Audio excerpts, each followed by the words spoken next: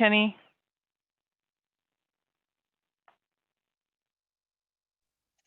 My name is Mike McKinney. I'm like many of you on the commission, I'm a middle-aged white man. Like most of us, I want everyone in this community to have a fair chance to succeed and live safe, happy lives. My problem is I never really know how to make that happen. And when the problem gets too overwhelming for me, I use my white privilege and set the problem of racial inequality aside so that I can go do something else that I might be successful at. But the Black community can't just set the problem aside because they have to live with it every day. I struggle to know how to help. As a white man, I've consistently received one piece of wise advice though. Listen, be quiet and listen to what the Black community has to say. Don't judge it, just listen. And now there's a possibility for a committee that will allow us to listen to people that have lived with racial injustice every day of their lives. They're caring people who are involved in the community. They'll have suggestions, ideas, plans, and ways that we can all work together to bring about the kind of neighborhoods we all want for each other and for our families. Hopefully it's a committee made up with Black leaders and businesses, communities, churches. What a way to excite a community. I know I'm excited about the possibility. And when they come out with their proposals, we'll all be there. We're there helping Jackson become a more welcoming community for returning citizens from the prison system. We're there helping people stay in their homes when they're losing them due to tax foreclosure. And we'll be there helping Jackson solve its racial inequality problems. There's a whole county full of people who want to help that happen. And all we need is the type of guidance that this committee would bring us. I support Daniel Mahoney's resolution to declare racism a public health crisis. I also support the formation of a 7-member commission made up of 3 commissioners and 4 community members, hopefully including many Black voices. Commissioners, please don't stand in the way of this happening. And in fact, please help it to happen. Thank you.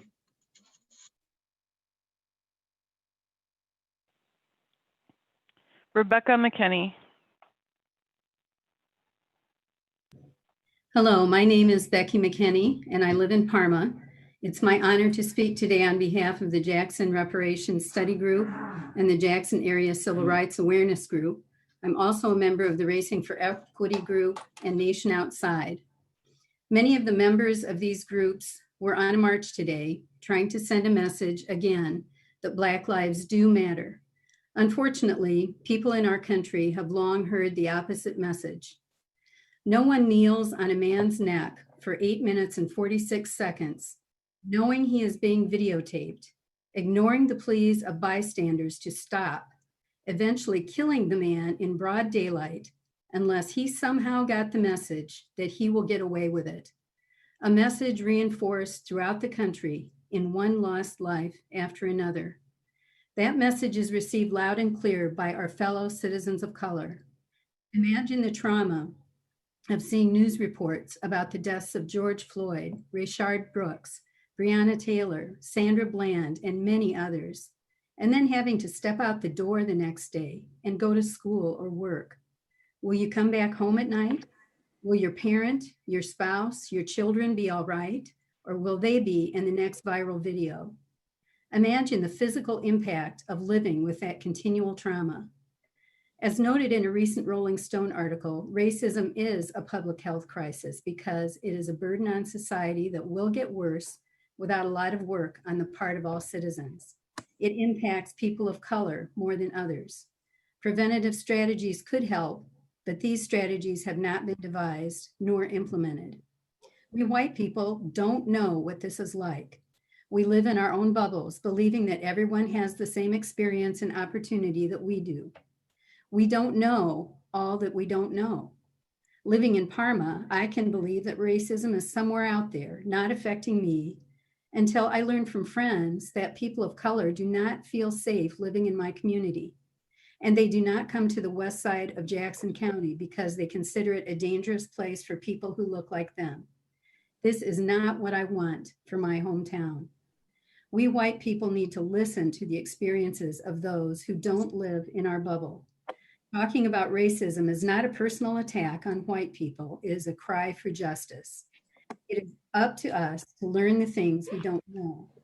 When the world is screaming at us to change, we can no longer claim we didn't know. It is past time to listen. I urge the Commission to support Commissioner Mahoney's resolution to declare that racism is a public health crisis. In addition, I support the creation of a 7-member committee comprised of 3 commissioners and 4 residents to develop the racial equity policy. Thank you for listening, and please keep listening.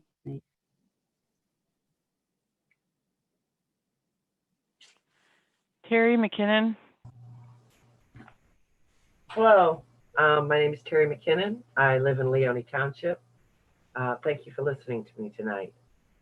I come here tonight as a woman who has dedicated her life to social justice, equity, diversity, and inclusion. I've done this in the work that I do professionally and the work that I do in my community. And I do this spending hours and hours of my time every week because it is the right thing to do, the moral thing to do, the ethical thing to do. I do this because I want a better world. I want a better world for my community, for my children, and I want a world where the people that I know and love do not have to fear for their lives. I'm fortunate to work in an organization where diversity and inclusion is not just something we talk about. Lifting up leaders of colors is something that we are actively working on every single day. I'm proud to say that I work for a strong Black woman. I am proud to say that I'm learning from her and growing because of that association, and that I have committed myself to working to lift up other people of color, to use my privilege to make this a better world. I want to say that I fully support Commissioner Mahoney's resolution, and I agree that racism is a public health crisis and it needs to be addressed. We can no longer kick this can down the road. It's costing lives, it is costing money, it is hurting our communities. I also agree that it is crucial that we create a committee that listens and is led by the people who are impacted by racism every single day of their lives. We need a committee, 7 people, 3 commissioners, 4 community members, and it needs to be led by people of color. It's time for us to step back and let them step forward and show us the way we can make a better society. Thank you for your time.